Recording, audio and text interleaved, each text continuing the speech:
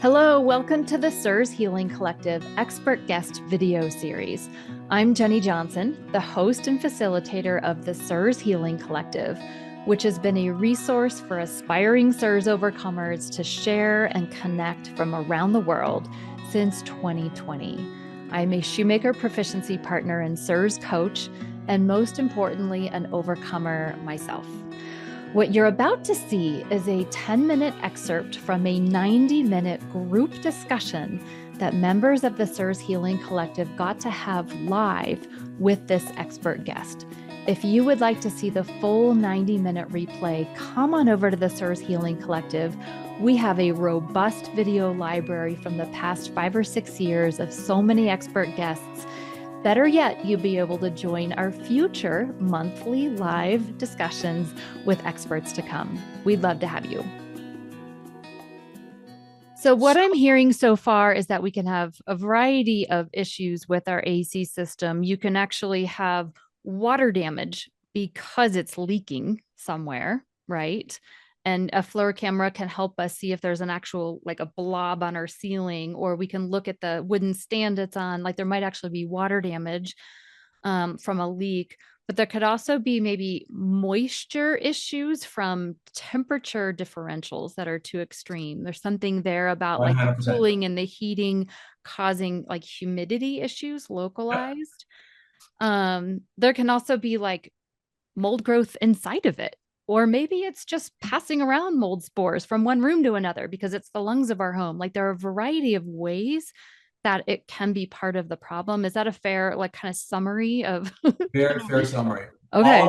All of the above. So the best we can do for right now, unfortunately, is right when we visualize an air conditioner, typically it's standing up, right? Rectangle versus lying down. I can't show it properly on Okay. there.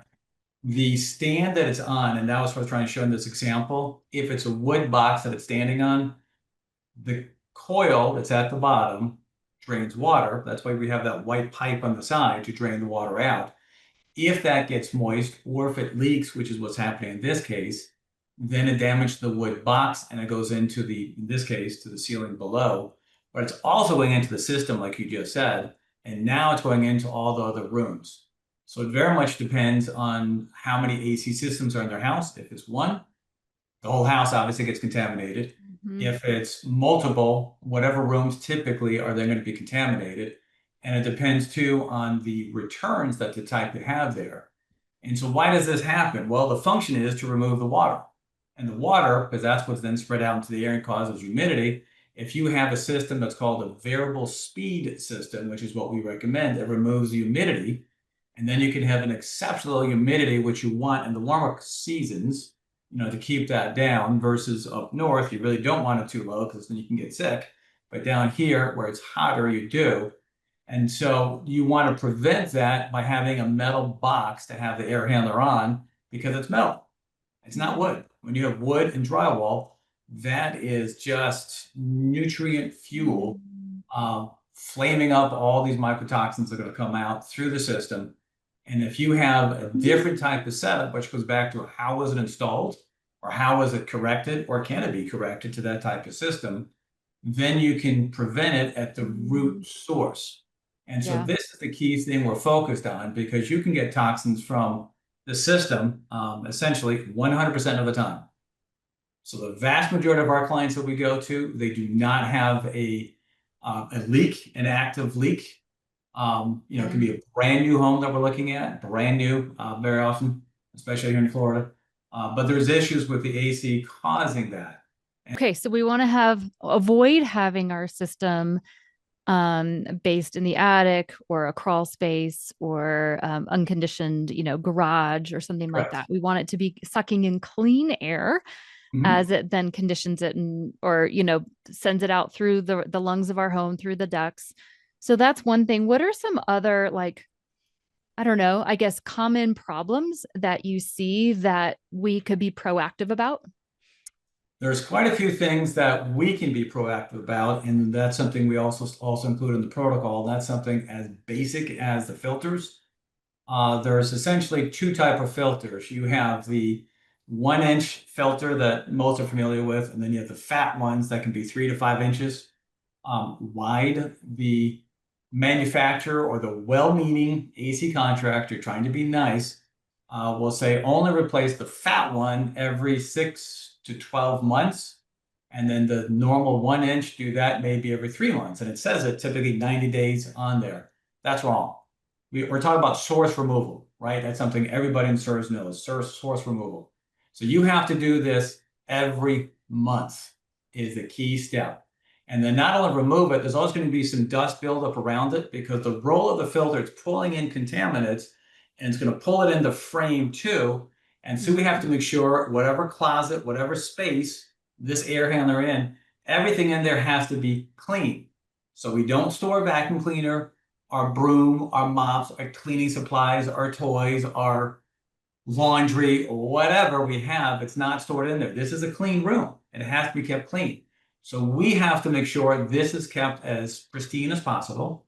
No raw concrete on the floor, which is often the case. It has to be sealed floor, the metal coffin box, and then further, I'm trying to remember everything here because I can't use the pictures.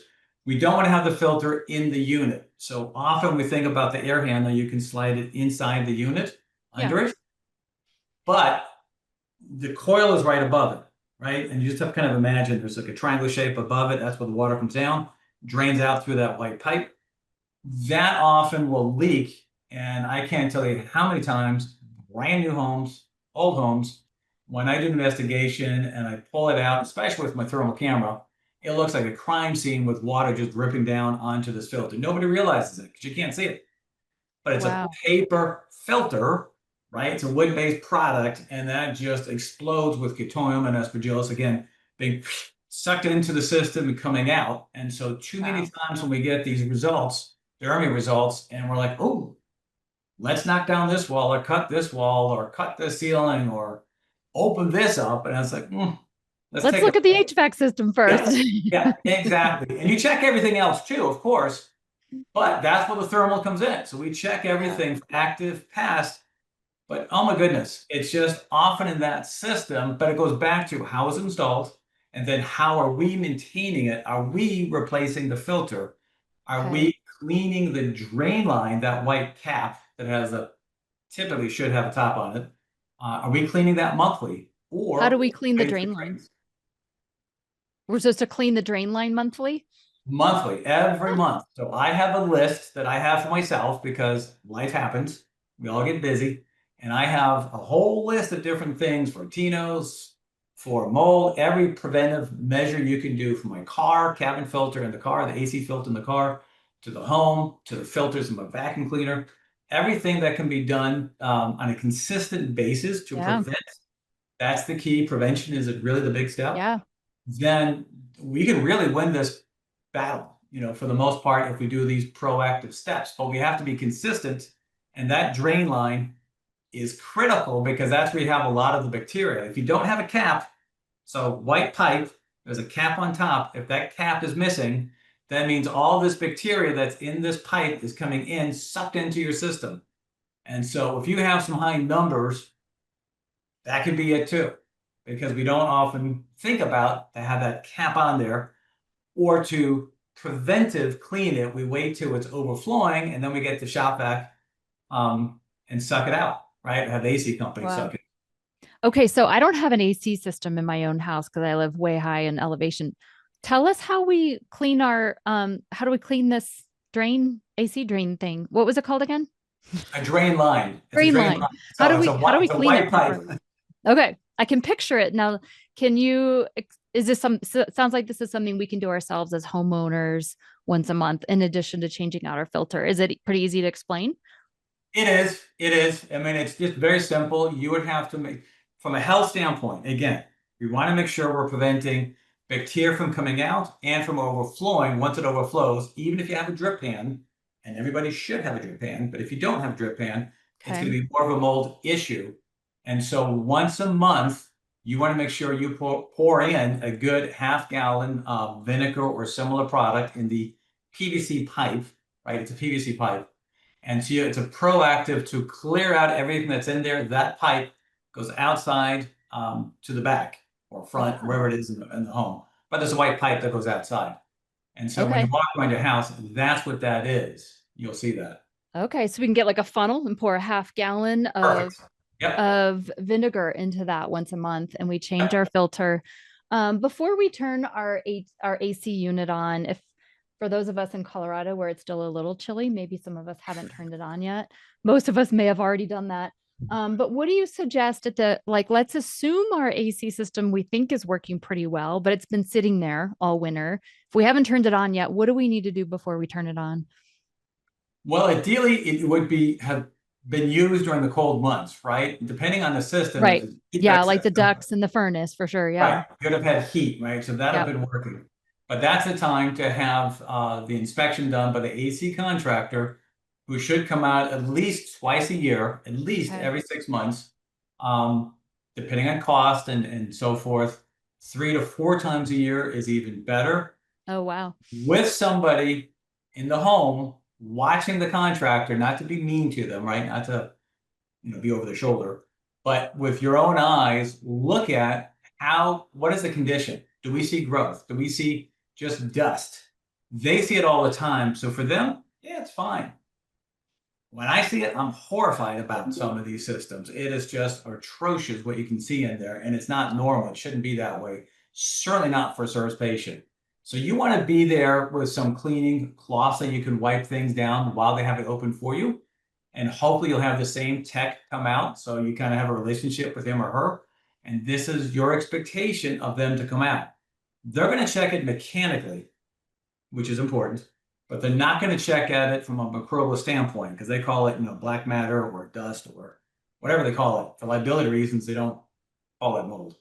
And so you have to be there to make sure that's done. Obviously, replace the filter to make sure that's done. And this is assuming, everything's maintained and working, right? This is not, Yeah. that's what we're assuming. But Yeah. those are the steps for everybody. And that includes the car. Talk about, my car. I replace my wife's cabin filter and my cabin filter every 3 months. I buy HEPA cabin filters, AC filters, for the car. And that's because we're in a car where typically the windows can be closed and you're driving with the air circulating. And so obviously you're getting exposed to it a lot. So we want to make sure that's done. Most cars, it's easy. I can do it. It's not hard. I'm not a mechanic, but I can YouTube, right? And I can see where they're located. So it's very easy, but the lungs of the car, the lungs of the home. Somebody had a question about RV, same thing in there too. The filters are critical to make sure that they're done. Okay. And I do recommend minimum MERV 11. This is a little bit of a hot topic depending on Facebook, Google, what have you. Again, well-meaning people will say it needs to be breathe, I guess is the term they use. It's not correct, but they say you can't have too high of a MERV filter, which is the density of the filter, right? The higher the MERV, MERV rating, the denser it is. And so it can't breathe. Well, that's ridiculous.